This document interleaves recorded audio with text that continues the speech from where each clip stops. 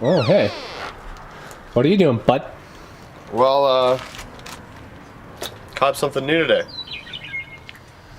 These are Huh. some Yamaha HS7s. These are a active studio monitor. And let me go grab the other one and I have a funny story to tell. Should I start opening this? Yeah, I mean, essentially they should be the same. Unfortunately, with all things, you gotta buy two. Here. So, earlier today, my good buddy Joel and I, aka Mr. Sleepy Death, were perusing the internet this morning, and we came across a Craigslist post of someone selling Yamaha HS5s, brand new in the box, for $200 under market value, which, if you're anything like me, is what you're about. Also, I forgot to say at the beginning of this, welcome to an episode of What the Hell's in This Box with Trash Dog Audio Vlog. It's a cable, that's what's in the box. So, instead, we decided to proverbially put our dicks on the speakers by doing this, because this guy decided when we told him we couldn't come later in the evening tonight, that we could only do it in the morning or early afternoon. Comes with a manual, you know how we feel about those. That he thought we had stolen a credit card and we're just trying to pull a fast one on him. And then proceeded to be extremely rude.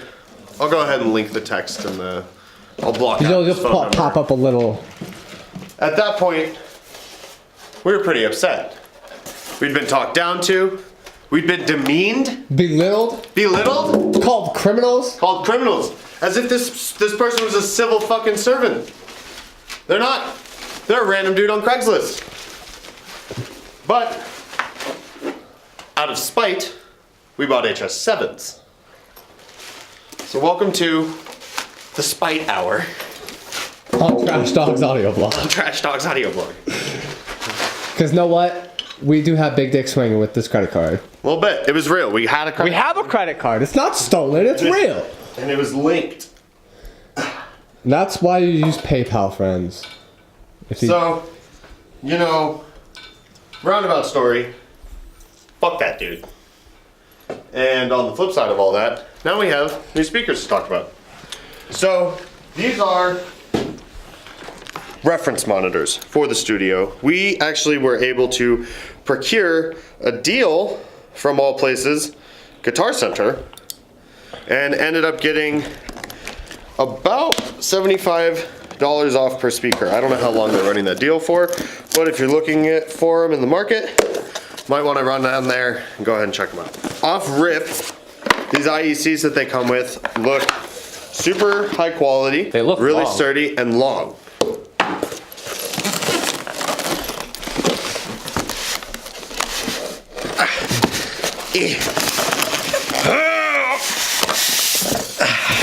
Got it. fuck that manual.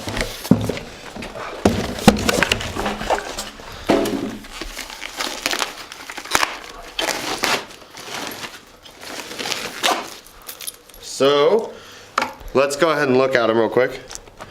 We've got a level on the back here, which I will say, level on the back, your inputs, room control, and a high trim. On the back here, it looks like it has a relative spatial awareness of where you're putting your speakers, how far they are and what you're adding if you go up on the dBs.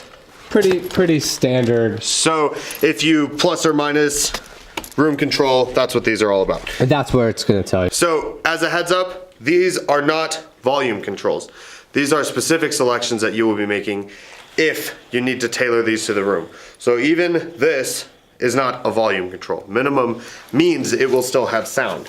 As a heads up, you also can come in XLR or TRS depending on what you're going to be using from your interface.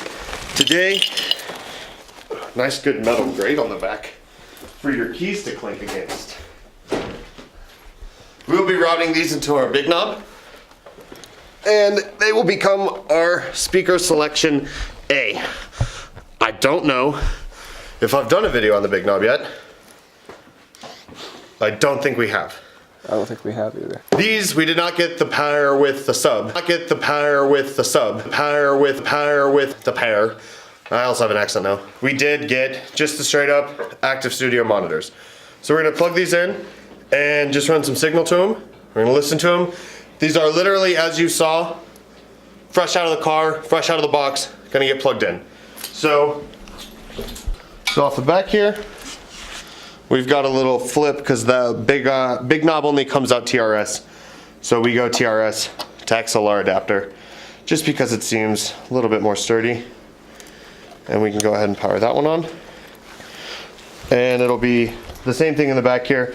We already have our power ran, so we're not going to be using the stock ones, but I definitely am going to keep those around. It's just zip tied in there. No, I got it. Yeah. Good. Don't zip tie shit. Let's go ahead and start them zeroed out. Don't do anything. So we've got our little 4-track Behringer coming in. That's going to be 2-track A. And these speakers are normaled now to monitor A. There is a sub that comes with them. We don't have the sub. Yet. So right now, also, as we just talked about, these are completely zeroed out. I'm going to play music that we own, so that way we don't get in trouble.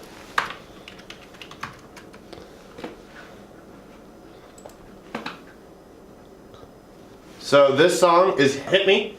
We're going to start this out by just listening to it, and then we'll make our adjustments as is. But completely stock.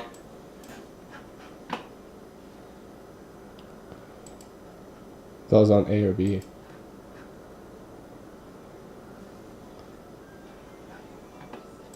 They're on it. Okay. So that's when they are at their minimum volume.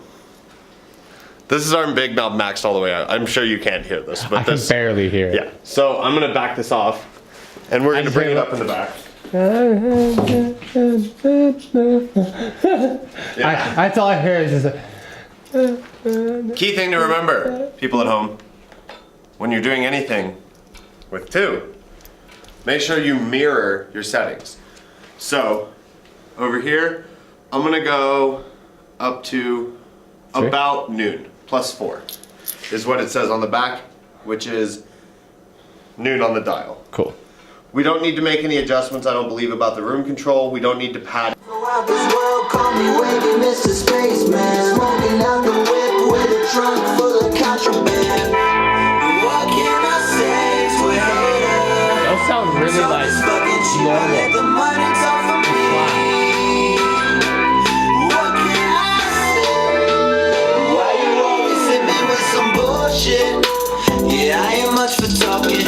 Better start walking. Better trust me when I say this don't concern you. So you better stop talking. I'ma be around if we don't change the topic. I'm tightrope walking with some J's on. So, I personally, the reason why we went with these anyways, they're flat. That's kind of the vibe of them. Right now, off preference sake, I'm gonna say I'm going to boost up the back volume on these a little bit hotter, because normally when we have these set up, especially with our JBLs and the way we set them up with our KRKs, I had them hot on the back end of the speaker, so that way you have a little bit more control off your big knob. The reason why we do that is a preference thing. This is not yes or no better. To me, right now off rip, hold them right out of the box, they do sound a little needed to be broken in, I think. Like right now, I don't hear. Yeah. It doesn't sound sound dull, but it also doesn't sound shiny. Well, these speakers aren't ever gonna sound shiny. Yeah. I think right now the bass needs to be, the bass will start to break in a little bit. It is just a little too woofy right now. As these speakers break in a little bit, they will tighten up, but that is also the reason why when you're buying studio monitors, you want to buy brand new. Because you need to make sure that these things are broken in the way that you would break them in. And you need to make sure that they are treated as a pair. So always keep that in mind before you cop some speakers. I will say the HS10s, the total goal of them, why we got them here at Kappa Waves, is so we could have a HS7s, Yamaha HS7s.